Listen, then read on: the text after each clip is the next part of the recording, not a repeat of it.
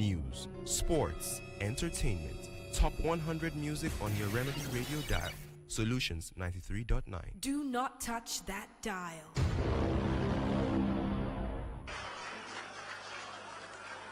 See, let me tell you. Let me tell you one thing. Don't pretend about it. We are all sitting here peacefully. It will be good for you to visit Liberia, visit Somalia, visit Venezuela, visit Somalia,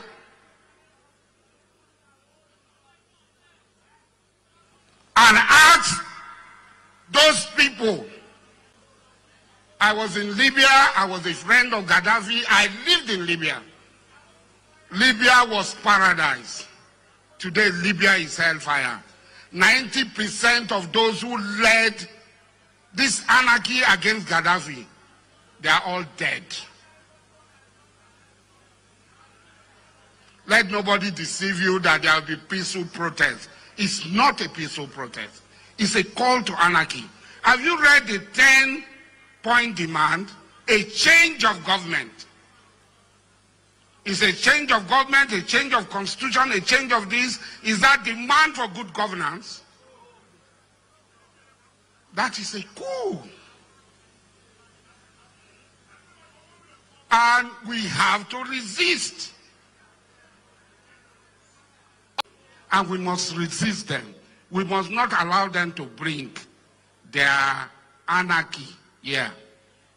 But if you get strong-head, you bring down. If you get strong-head, you bring down. I know be Tinubu, I know the government, I know be chief of army staff, I know be IG of police.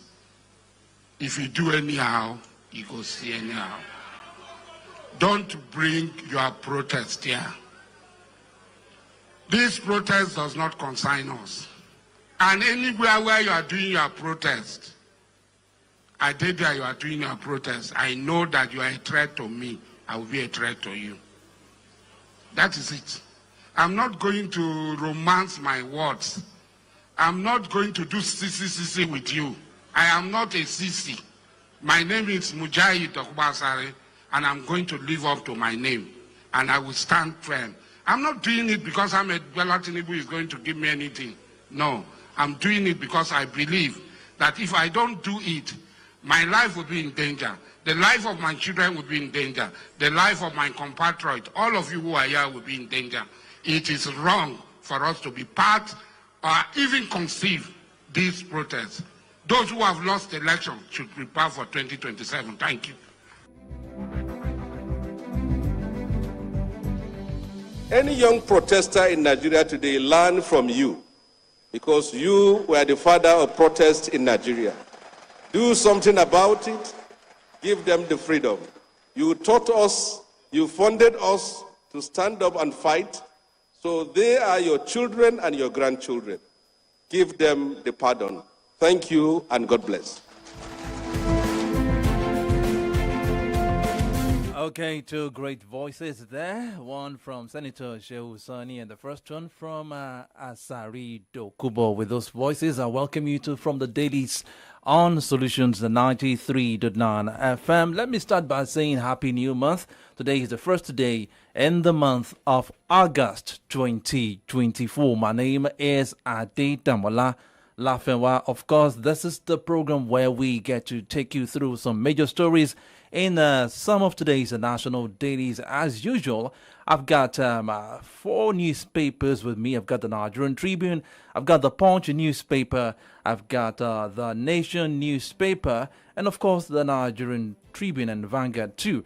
And of course, today being the D-Day, the day 1 of the nationwide protest, we already have our correspondents out there who will be joining us virtually to give us update of happenings on the street. Actually, on my way to work this morning, I noticed that the roads were deserted. Few cars on the road, few vehicles on the road, even few commuters on the road. And well, we are all hopeful that everything will go very fine today. Okay, in a short while I'll be joined virtually by Comrade Ayodeji Ajishope to do some analysis on the program. Stay tuned, I'll be right back.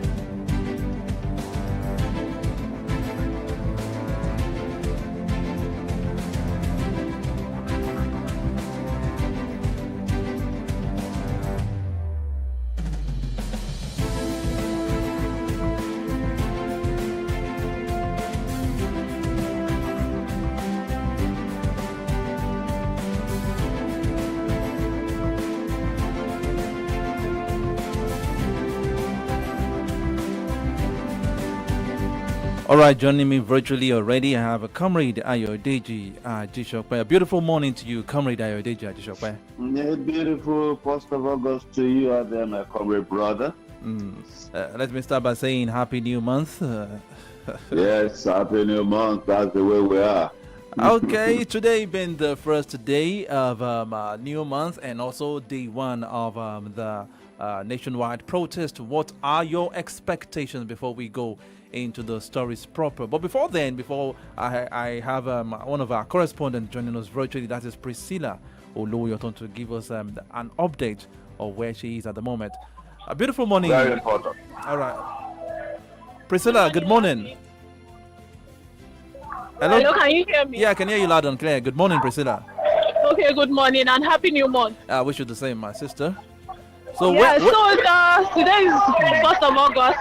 Definitely. The day that everybody in Nigeria has been anticipating, and then the day for the protest, the hunger protest and bad governance protest here in Nigeria. And I want to first of all say that I think there's an unannounced public holiday in Nigeria because every street that I've been to today is deserted, is scanty. People are not coming out. People are in their houses. Businesses are, closed. I noticed that too. Stations are closed. The gates of schools are closed, which I understand because of the, back and forth that has been going on in recent times. Yeah, so I am reporting from Iwo Road this morning, where a group of protesters are carrying placards and then, protesting. We've left Iwo Road, but we are on our way to Gate, and at intervals they are stopping to enlighten people. They are saying that they are not out here to, cause any violence. They are not out here to fight. They are out here to say no to hunger, to say no to increase in prices of food, to say no to display of wealth by office holders, and so much more. And another spectacular thing is that at intervals, they are always announcing that whoever is here with an ulterior motive, maybe to steal, to cause mayhem, or to disrupt the peaceful protest, it will not be allowed. And I must commend the security outfit in Oyo State. The policemen are here in their numbers. I can count like 30 policemen behind the protesters. They have their armor tank behind. They have various vehicles just to protect the protesters out here. So for now, I would say that protest in Iwo Road is very, very peaceful. Okay, and what's the turnout like? Talking about the protesters. Well, I would say that we have about 150. Just an estimate of 150 people out here. I think people are still scared to come out because they don't know the outcome of it. I don't know what we are going to meet at gate, but for now I can say that we have about 150 protesters. Oh, okay. thereabout. It's a procession. You guys are actually on the move. Yes, it's a procession. This protest in Iwo Road is not restricted to a particular place. Okay. Like the IGP suggested yesterday, they are actually on the move, and the security men are actually following them, going ahead of them. Although they have Okay. taken one lane, the road users are using a particular lane. Those people coming and those going, they are using a particular lane. So that's Okay. the situation of things right now. Okay. Can we get to speak to one or two people among the protesters? Sorry, I didn't get that. Is it possible we can speak to one or two people among the protesters? Okay. I think I can make that happen. Maybe one of the organizers. Because they don't want to talk to Okay then. protesters. Okay, no problem. You can. Very quick end into insecurity is very important. This is a part of our demand. The removal in the first place, the whole idea of subsidy is a scam, and we want them to reverse the first subsidy. The people have entitlement to be subsidized on the fuel. So our demands are 15 or 14 thereabout, and we are not going back. We have marched the barricades today, and we are not going to stop until the government are listening to us. So it is very important that Nigeria. So that's Okay. one of the protesters. All right. Although they are saying that there are no leaders for this protest, but Okay. so one of the people championing the protest here in Iwo Road. Okay. All right. So Priscilla, please keep us updated on the happenings. Sure, I will. All right. Stay safe, please. Stay safe. All right. Hold Thank on. you very much. All right, Comrade Ayode Jejope, are you there? Very much so. Okay, now you heard what Priscilla said concerning the update at Iwo Road at the moment. So I did Yeah. ask you a question earlier on. I said today being the day one, the day for the day one of the national protest. What are your expectations today? The very first thing I like to say is that Oyo State is not considered a black spot, but certainly we're going to have. That's why the state government, like some others, did not go to court. You know, Oyo did not go to court. Our governor said it is a legitimate right of the people to protest. And I have a feeling that when we get feedback from other locations that are hotspots, they will influence places like Ibadan to, to gather momentum. It's going to be a 10-day affair. It will gather momentum. And Okay. you see, there is hunger in the land, and definitely that generates anger. Let me make it abundantly clear to us that it is not only protesting that are hungry and angry. O'clock, a woman, able-bodied woman, and I think 2 or 3 of our children walked up to us begging, following us. But of course, incidentally, when you are in your jogging workout outfit, you don't have pockets on them. You understand? Definitely, yeah. So you actually even leave home with a dime. So that look, in this part of the world, it is nobody wants to beg. It is not a part of our culture. But when you see people begging for it, there is hunger in the land and there is anger in the land. It is unfortunate that this administration operated in such a way that made them look like they did not prepare for office. When you remove subsidy and you close the foreign, and you even out the foreign exchange window, and you have the consequences. There must have been plans in place. We said this yesterday. I will have said it a couple of times. There must have been a third leg to those actions taken by the president when he said he was seized by courage, to take those actions. There should have been courage to take the third step too, which would have been to cushion, not this palliative, the thing they call palliative. You know how consistently says that word palliative itself is unkind. But That's right. comrade, let me cut in here.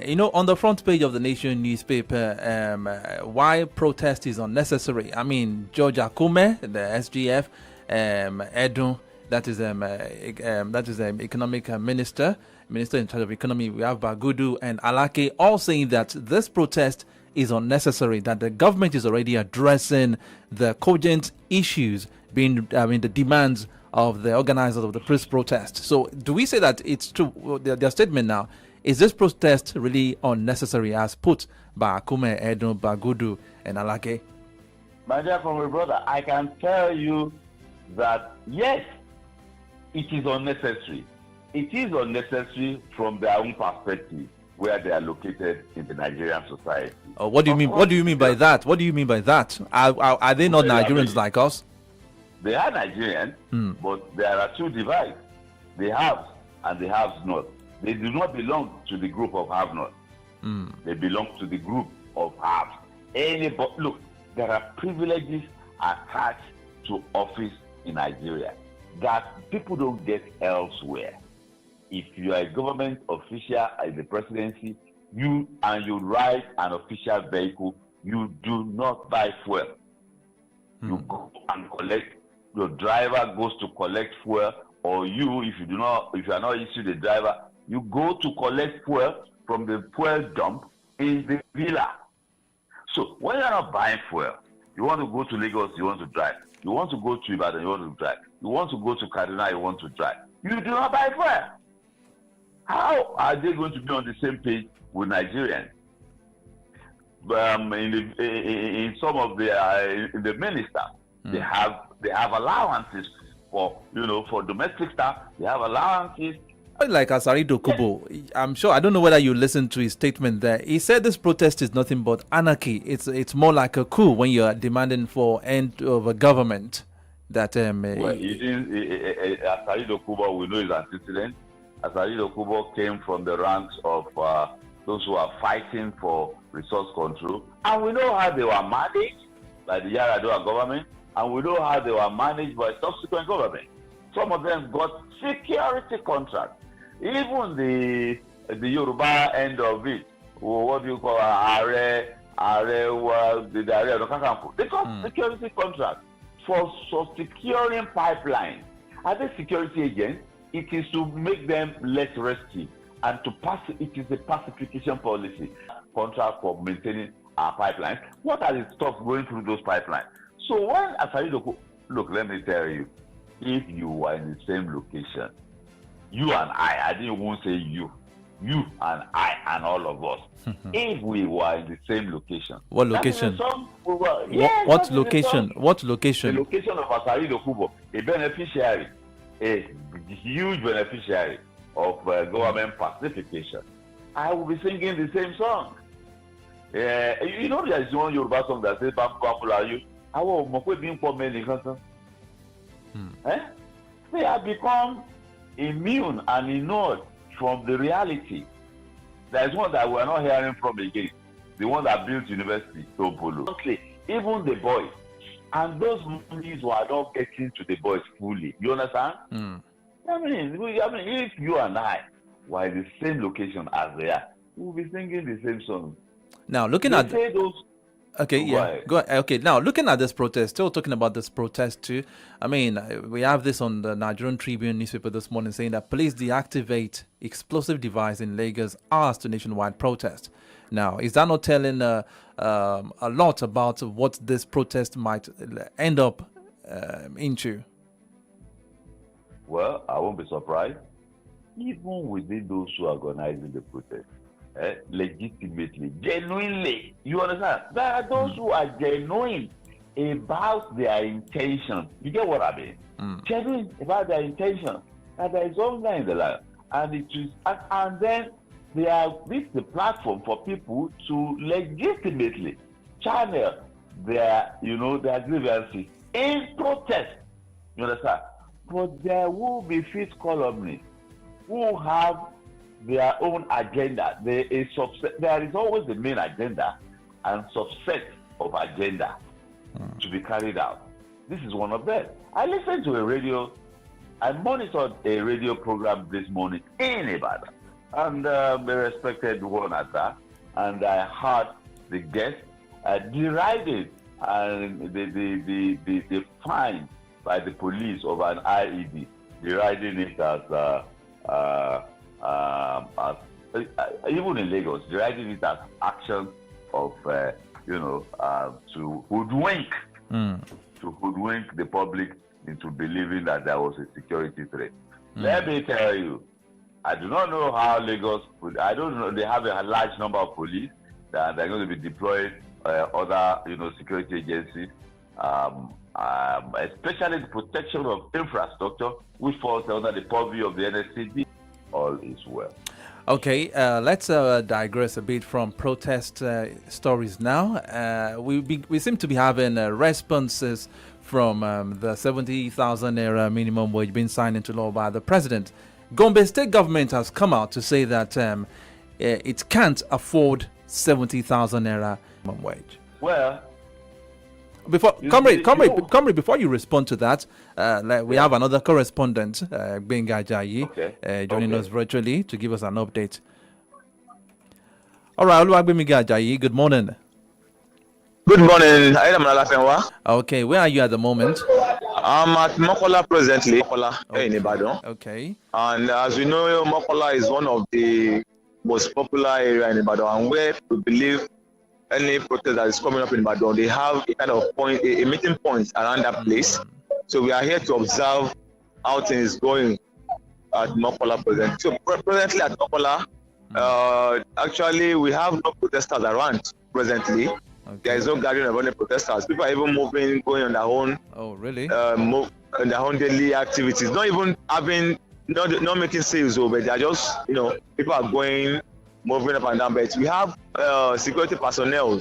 Okay. We have police officers being stationed under the bridge. Maybe if there's going to be any protest, just to make sure that everything is go perfectly. You understand? But presently, there is no sign of any protesters around.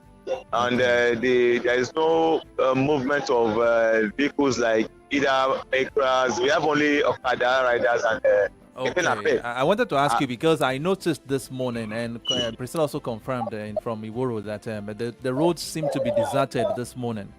That there are people on the road. People are trekking.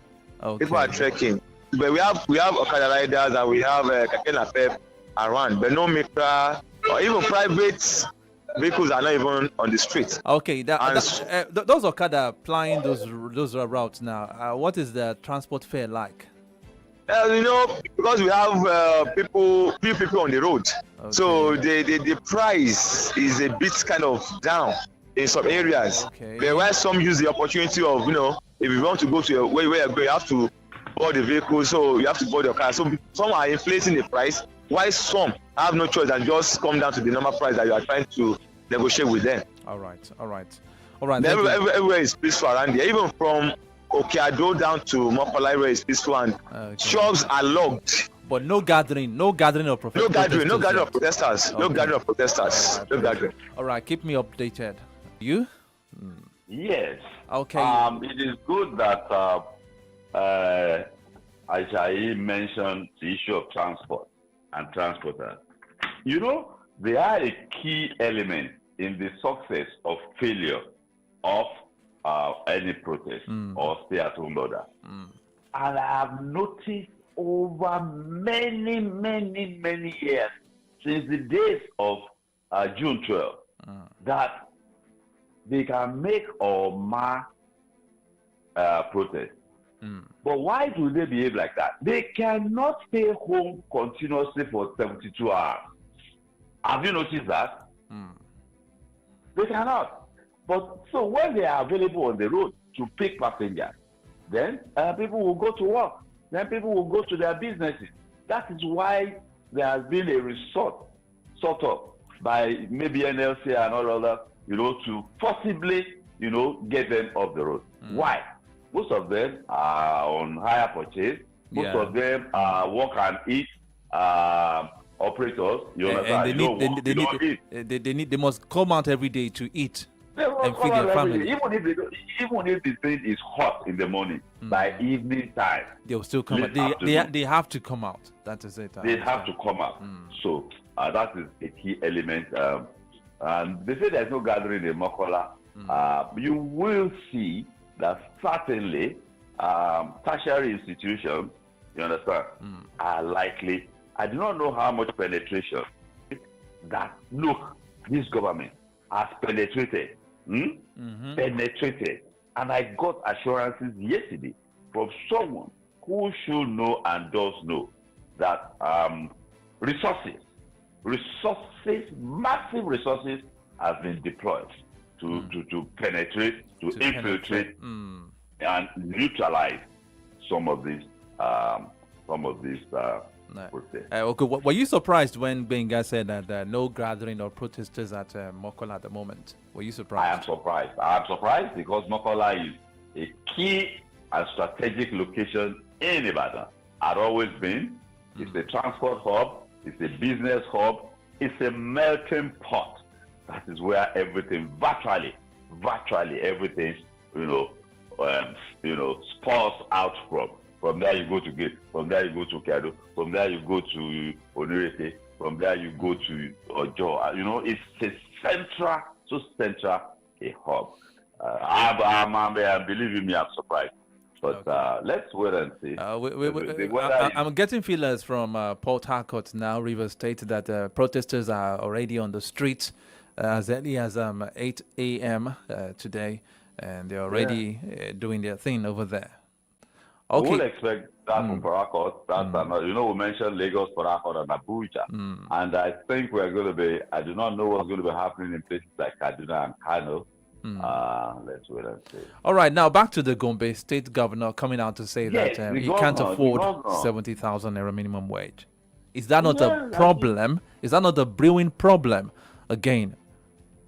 Well, for the governors. You see, the governor said he cannot afford to pay. If he can come out to say he cannot afford to pay, let him also come out and give us details of why and how he cannot afford to pay. But one want to ask a question that when all these negotiations were going on up and down, the back and forth, why were... I've already said it from day one. Now, when they sign that thing at the national level, the battle will now come to the state. Each individual, what do you call them, will now have to fight their own battles. It is in this country that it was during Salah that Zamfara State started paying 30,000 after how many years? Since 2019. So is it that saying that it's not just paying 30,000 that you expect to pay 70,000? The question now is why were the governors not part of that tripartite committee? I mean, because we read then that some of those governors were always absent from these negotiations. Why didn't they make themselves present and make the state of their process known? The labor union said that all the governors on that committee were not paying. Those were the ones that were chosen by the, it was one per each geopolitical zone. Those were the ones that were chosen to go and represent each geopolitical zone. So, I mean, you see, it depends on, what do you call them? The NLC and TUC at the state. But this game is it. Okay, 70,000 is the minimum wage. Pay us. I cannot pay. These are the reasons why I cannot pay. And if you want me to pay by force, if you insist I should pay, I will downsize. And then the leaders will take it to their members. The man say he will downsize. Which one? They will now say, how much is he offering? He's offering 45. Our bread, Nigeria, our bread is better than none. They will now say, they will now go on that. They will now come and say they have reached an agreement for payment and then for incremental every six months.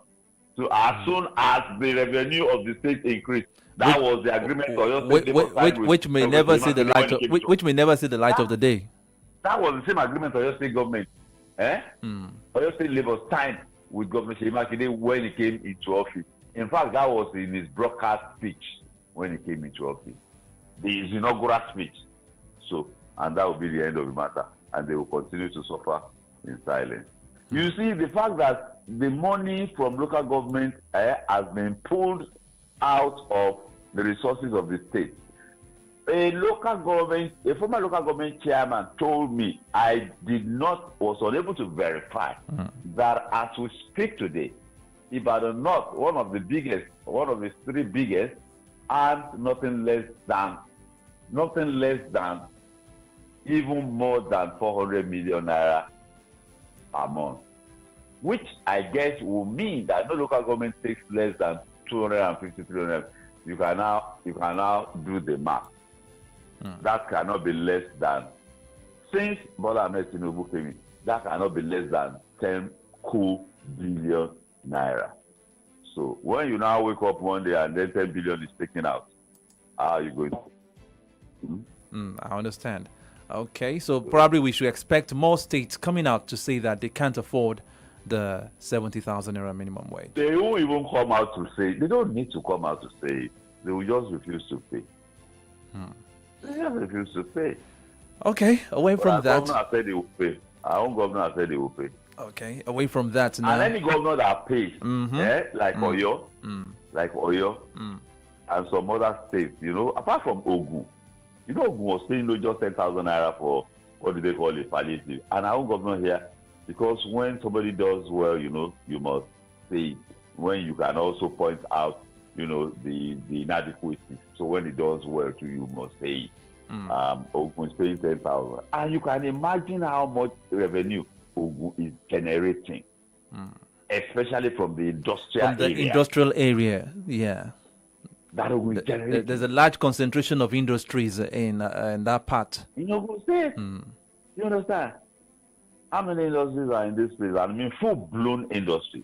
Whether there's recession or economic downturn or not, most of them are in Ogun State. Households and then alcoholic beverages and all of that. People are drinking more than ever before. So, and Ogun is paying 10,000 per day. The governor of Oyo State is paying 25, and he has promised that he was going to pay the minimum wage of 70,000. Believe you me, if you are not Lagos, if you are not Bayelsa, even Bayelsa is not doing well. And the man is not owing, honestly. You must. Okay, away from that minimum wage story, now let's go a bit to education. And because you mentioned Engineer Seyi Makinde, the Executive Governor of Oyo State, there's a story about him this morning on the front page of the Nation newspaper. Makinde names Technical University after Ajimobi. What's your take on that? Well, that's really why. Maybe they just formalized it. After there have been a lot of brouhaha between the Ajimobi family and Makinde. You remember? Yes. The building, the building Ajimobi was putting up inside the Agodi GRA, that building used to be the guest house, the official guest house of the governor. And then a particular governor gave it to Ariari Shekola. No. Senator Doja allocated it to himself. You understand? When he came back. And then a governor after him allocated it to Ariari Shekola when it was withdrawn from Senator Doja. And of course, that one knew that one was a time bomb. He now gave it as a gift to the then governor Ajimobi, who started, erecting structure on it. And to entire Ajimobi in that location. You don't do that in government reservation areas. It is illegal. And that caused a lot of, animosity. And after the governor won re-election, you understand, I think eventually got some support from them. And the man founded the university, but I do not. That doesn't necessarily mean it should be named after him. You understand? After all, talking about the brouhaha between Senator Isiaq Ajimobi's family and the governor Seyi Makinde. That's why I'm pointing out this particular story, that for him to have named Technical University after late Ajimobi, I think he's been magnanimous enough to even consider renaming renaming that institution after Senator Ajimobi. You see, this culture This culture, because we hardly see this kind of magnanimous behavior among politicians, especially when they belong to different divides. They don't belong to different divides. What is the difference between different divides? When I mean that they are not on the same party, they are not from the same party. It is only the momentary pursuit of power that divides them. There is no divide between the political class and the elite. They are one and the same thing. We should not. How can you be in APC in the morning and do lunch in Labour Party, and by nightfall you are in bed with PDP? Just like, are those people divided? Are they divided? Just like Philip Shaibu is doing at the moment now. They are not divided now. They are not divided. It is deception. It is what we are imagining. The people on the sidelines that are imagining. How to call APC? There is the pursuit of power. It is only the pursuit of power that divides them. Political party affiliations do not divide them. Somebody told me that what is the ideological difference between those parties? Have you ever heard them talk about the ideological stance? No. Somebody says the thing now is bellyology, not ideology. So, believe you me, I don't like the idea of naming these institutions. These institutions are beyond. We saw it in Ondo State. We saw it in Ogun State. They named it after, what do you call the man? Ayekoto Onabanjo. Somebody changed the name back. Somebody also reverted to Onabanjo. In Ondo State, we saw it too. Adekunle Ajasin. When the military came, they turned it into. But is there any harm in immortalizing an individual who has done so much? There's nothing wrong. And by remaining. So what is it that our public office holders have done? What is it that they have done? They built roads. Are they not supposed to be building roads? They built what are they supposed to be doing? What extraordinary thing? Points to one extraordinary thing that those who have governed us since 1999 have done. They will say Obasanjo brought GSS. Even Abacha was in the process of bringing it. What is it that our leaders have done? They have been building Lagos-Ibadan road for how many years? They have been building Ibadan-Ogbomoso road for how many decades? What is it that deserves that being immortalized? What is it? What have they done? Nothing extraordinary. We build roads. At what cost were they and are they still building those roads? With public funds. What is it? But we still have some governors who are not doing anything. Because so if you have those that are even doing what they should be doing, I think they should be commended. No, I don't see. Look, all these things. It is the level to which we have descended. When the state is an employer and a state at that who has public funds at its disposal is paying salary, and they are calling that an achievement. Does that not tell you how low we are sunk? Interestingly, some of these politicians do campaign with the fact that they are knowing salaries, they are knowing gratuities of pensioners and everything as part of their campaign statement. Okay. Comrade brother, where else have you had that kind of campaign in this world? Even in West Africa, even in this sub-region, saying that payment of salary is an achievement and it's a campaign issue. We will pay you salary. It is an indication of how decadent our society has become and how decadent and how bad governance and low it has sunk. Payment of salary, campaign promise. I mean, it is disheartening. Okay. From where to where? Still talking about education now. There's this one saying on the front page of the Punch newspaper, students may pay 80,000 naira electricity fee in universities. VCs, panel of VCs. Will they be paying that monthly or you see, these are universities, though. And let me add it to this. You know, the disbursement of the student's loan. Each student each beneficiary, it will be entitled to about 23,000 naira on a monthly basis for upkeep, and in all, during the duration of studies, they are entitled to 250,000 naira. Now let's add the two stories together, because there has been a breakdown of the disbursement of the student loans. Centers of teaching and learning. I went to, and I will mention the name of the university, Abuad. We went on a tour, and I counted our generating plan. And we asked Baba Febala, what's happening here? But he said that they've abandoned them. The cost was just not possible to sustain. And what did they do? They sat their egg in power down. What options do we have? You understand? These are the options. And the way they cost, the projected with the cost of diesel, or maintenance of equipment, and then moving to the next option.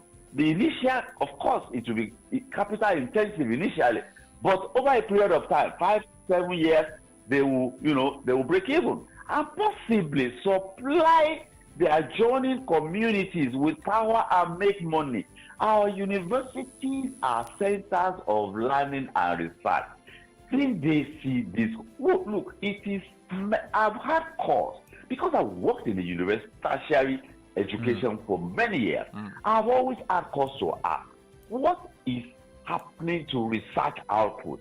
Why are our research output not relevant to society? And they will say it is relevant to society. Industry is not supporting. I said, look, if industry is not supporting, let us become aggressive. It is only UI that I'm aware of that has set up a unit, you understand, to market. When you have a product, when you have a product, all those companies that are manufacturing, when they have marketing departments, don't they? So when you have a product that is relevant to society, that is marketable, you set up a product that will yield. So it is disheartening. If it has a dam, you understand? UI has Oba Dam. Yeah. So, I mean, for God's sake, CNG is there. No company in Ibadan. No company. You can supply, you will supply Agbo, you understand? You will supply Agbo to Ojo. You will supply Ojo to, you will supply. And then the easiest way out, tax the students, overburden students. They are not talking about, they are talking about what they are going to do immediately. They are not talking about future plans. It is, and I've said it a couple of times, it is time that academic qualifications are not enough for appointing vice chancellors. I worked with a vice chancellor. I was privileged to have worked with a vice chancellor that had entrepreneurial spirit and vision. So much so that in 1 year of his office, everywhere I worked with him, it was clear that he was making a difference rather than just collecting. You must have a vision of growing. It is beyond academics now. It is entrepreneurial spirit that has to be an ingredient of leadership. You want to tax students 80,000. That is 80,000. Let's say 80,000 per semester, because it's not going to be 80,000 per session. It is ridiculous. It is ridiculous. I mean, if the students now have to pay for the electricity bills on the campus, they are even shameless. They are calling it power. I mean, you can call it innovative and call it coming from university. I mean, pulling resources together. You understand? You have the corruption in tertiary education is as bad as what is going on outside. Let's go and ask them what they're doing with TED Fund. Should be a university vice chancellor was jailed a few years back. You understand? It is so bad. The corruption that is ongoing. We saw heads of apart from the universities, you have the teaching hospitals. In this same Ibadan, we had a CMD riding around in a motorcade and blaring siren. Let me tell you, a CMD, I saw his motorcade, 4 Hilux vehicles, and 1, what do you call that, Lexus 570. And I said, who is this? He said, CMD of a tertiary medical institution in this. I said, and the motorcade, the man was not in the vehicle. The whole motorcade engine was running even while the man was there. When you were in university, how many times did you see your vice chancellor? I hardly saw him. In which vehicle was he riding around? Well, as at that time, I think the VCs were using most times Peugeot 504, 406 then. So if they were actually centers of, citadel, when you call something the citadel of learning, It is sickening. And the politicking. You saw what happened. Nigeria Premier University. People are even saying it was a turn since they started the university. Nobody from this town has been VC. No Muslim. And all sorts of nonsense. And that is how low we are so. So whoever becomes VC of these institutions, they become VC maybe not on the basis of value. They are going to like it to add, but on the value of who they know and where they come from. It's a sickening, it's a totally sickening structure. Okay. And it has permitted everywhere and everything. Okay. Nothing has been spared. Nothing has been spared. Okay. All right. In case you're just tuning in, you're on to Solutions 93.9 FM. And this is from the dailies trying to address some of the stories in some of today's national dailies. Let's go a bit politics before we take an issue on security before we wrap up. Akpabio Oshiomhole Shaibu to lead AP governor of Edo State. His boss being the PDP, and he's on the APC. Is with the APC. It seems Godwin Obaseki and the House in Edo State are not even looking his way. Maybe they're just saying, let him just be. Because this is gross anti-party activity. Maybe they say they have expelled him. Is that not what they said? But is that enough? And he say he's the deputy governor. Is that enough? Expelling him, but still the sitting deputy governor of that state. At least by court ruling. He said he should be restored. So, now, you see, that guy you mentioned, Philip Shaibu, is the body and spirit. He's an APC man. From day one. It was he had always been one now. It was Aluta. It was actually, it was this NLC Oshiomhole that promoted him. But it was the issue of loyalty, you understand? And he read and gauged the political mood of Edo people correctly. You understand? And you see, this was going to be a likely outcome. And I am told that Obaseki gave him a free hand and a lot of leeway. Believe you me, that's what I was reliably told. But you see, his ambition, legitimate though, he had to take this course. And they say the Senate president will be there. Yeah. And did you hear what the man said yesterday or something? That let them be protesting and let's we will be here eating. That is a man who has been commissioner for finance. And I think, I can't remember whether it was SSG, at least he was governor for 8 years. You know, those are the people. And number 3, in order of succession in Nigeria. These are not in a nightclub. To a female, you know, Senator Natasha. Those are things that people, for which people will lose their offices. But it is a joke in Nigeria. Let us be here and be eating. And somebody asked this morning, what are they eating? Is it amala or inya or abula? You understand? Is that what they are supposed? You know, that tells you the depth of the mind of people that are leading us. How seriously they take governance. How seriously they take, office, public office. Come on, brother. Public office comes with burden. Just look at any American president that comes into office within a space of 1 year. If he was young enough, his hair will go gray. His hair will go gray. Clinton was in office, his hair went gray. Obama was in office, his hair went gray within a space of 18 months. The burden of office. But yeah, I don't think public office is a burden, though. I think it is even luxury. It doesn't look like a burden. Even Obasanjo, that was coming from jail.